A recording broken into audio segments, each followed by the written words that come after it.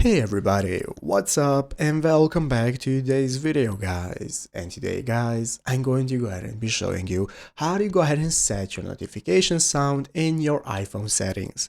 This is a very simple thing to do, so make sure to watch this quick and easy video till the very end and follow my steps correctly so you can make sure that this works the same for you and you can do this yourself. But yeah guys, let's get straight into it.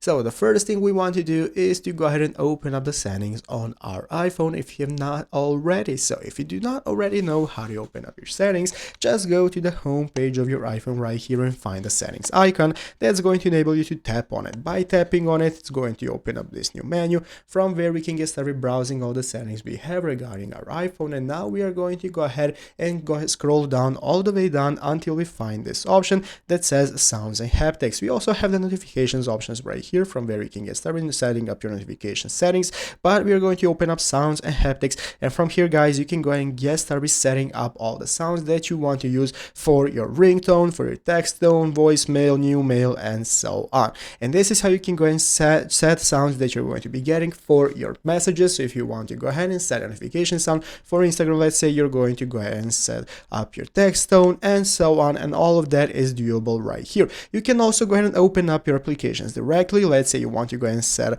up notifications for WhatsApp or something similar. You are going to go ahead and find the application right here, and once you go ahead and find it, you are going to go ahead and be able to set up notifications from it directly. So by clicking WhatsApp is going to enable you to go ahead and set up your notifications, select what sound you want to use, and that is how it's done. So I hope this video was helpful. If it was, make sure to leave a like, subscribe to the channel. So thanks for watching, take care, and bye.